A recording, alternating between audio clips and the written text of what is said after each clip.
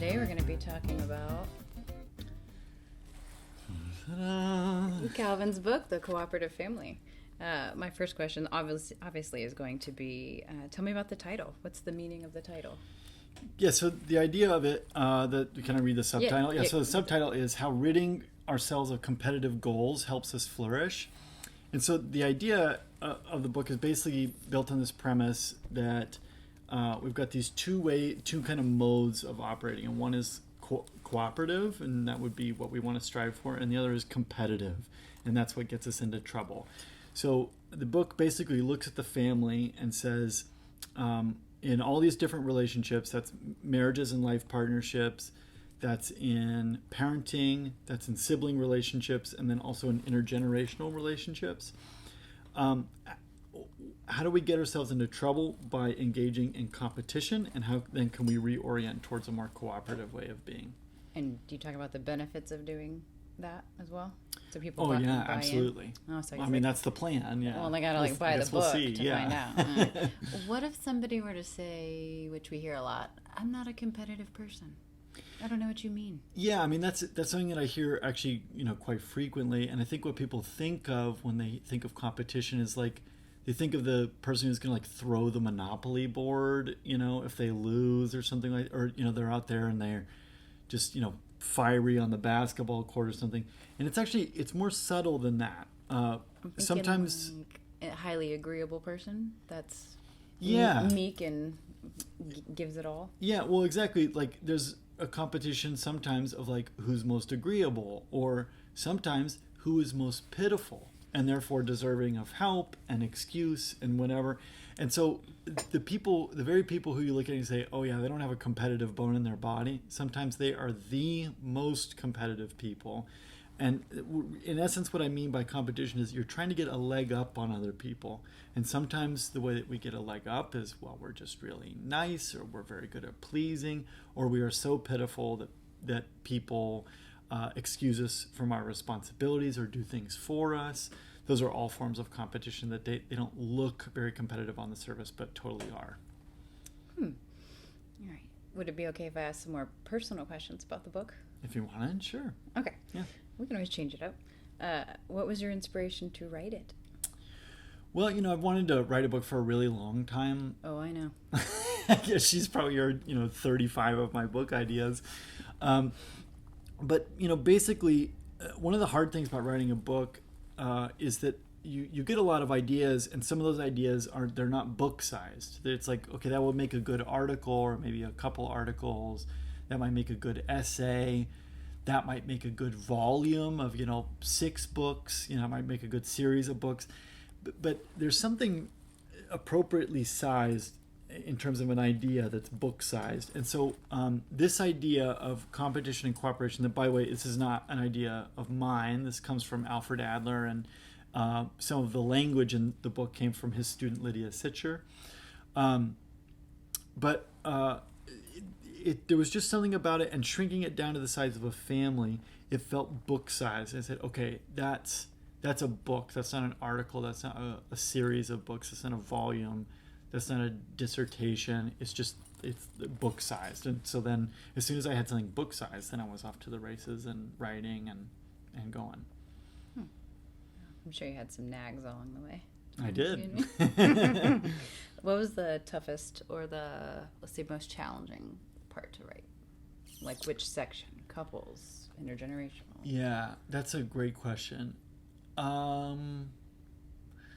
Well, there were things that were tough for different reasons. So, on a personal level, one of the things that I wrote into the book they look like scripts to therapy sessions, and they're fictional therapy sessions, but they're fictional not in the sense that they're not true. They're fictional in the sense that I created them, but they're very true. And some of the ways in which they're true is that they're some of them are therapy sessions maybe that I wish I could have.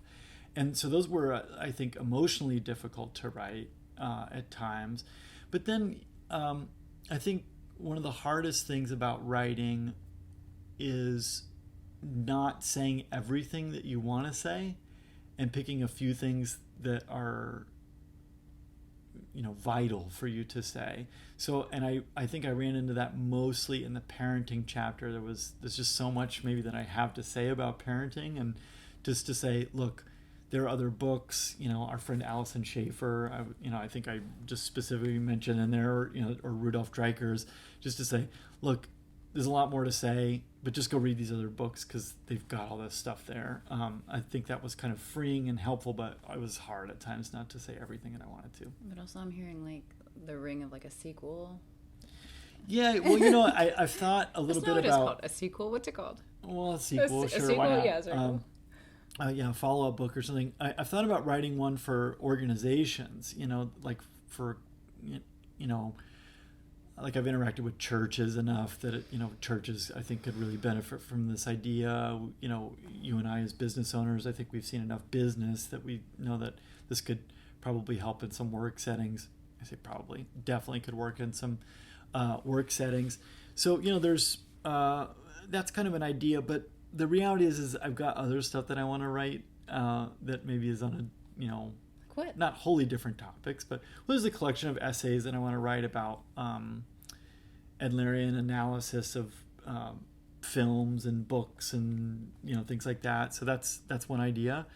I've got a couple other ideas, but I won't articulate them particularly well, so we'll just keep them to myself. Okay, so what is, because we're all about movement, what is one thing that you could encourage or challenge a family that is currently struggling with cooperation to do this week? Well, I'm going to riff off of Kurt Adler, who said that for therapists, one of the best things, and I'm paraphrasing here, not direct quote, but one of the best things we can do for our clients is to let them know what they're up to. And kind of maybe a riff on that is one of the best things that we can just do for ourselves as human beings is let ourselves know what we are up to. So a fun kind of a game. Experiment. Use experiment.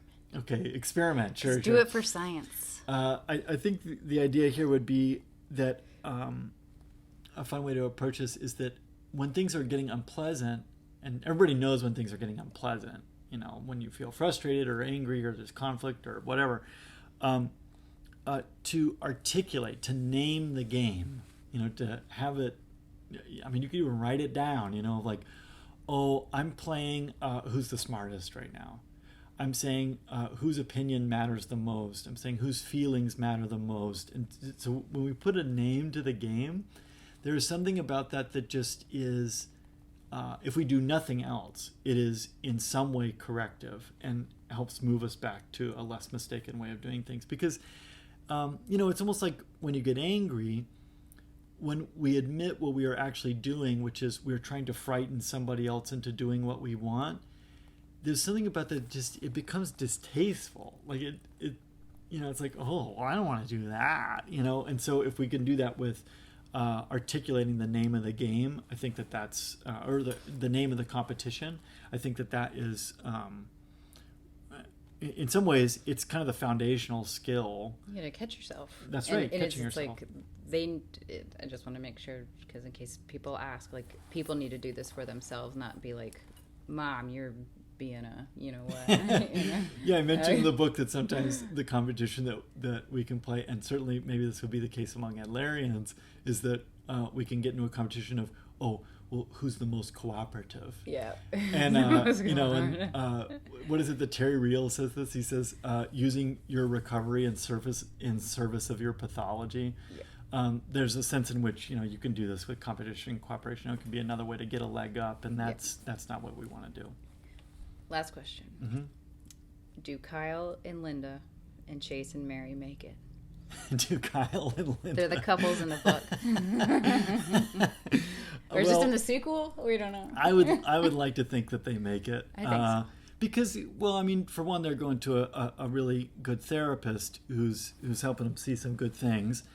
And I think that most people, when presented with the opportunity to make positive changes and they can really see what they're up to, I think I really have an optimistic belief in people that they genuinely do want to make good changes. So yeah, I think that they make it, but our mentor Frank Walton has said that Adlerian therapists are terrible with prognosis. I think this is Frank who said this to us, but that Adlerians are terrible at prognosis because we believe too much in human choice. That feels like something Frank would say. So, sometimes people, they choose to double down on competition and then realistically, I mean, I guess it depends on what we mean. Do they make it? Do they stay married? Not I mean, necessarily. maybe they stay married because then they get perpetual opportunities to defeat one another in competition. That's not my definition of making it. But do they cooperatively make it? That's well, like I said, I think they do, and I feel so. hopeful that they do, but maybe not. I guess we'll have to see. We'll see. Got to read the book. This is what it looks like again. You can get it on Amazon, and also perhaps we can drop a link. Yeah, we'll put a link in the bio. And I feel like such a Gen Z, link in bio. Emoji. Emojis aren't cool anymore. We can't we can't do those. We're just aging ourselves here, aren't we? We'll make sure everybody has all the information they need to get it. And, or just email us because we like emails. That too. We want to talk to you. So. Yeah. Well, thanks so much for asking me about the book. Yeah, it was fun.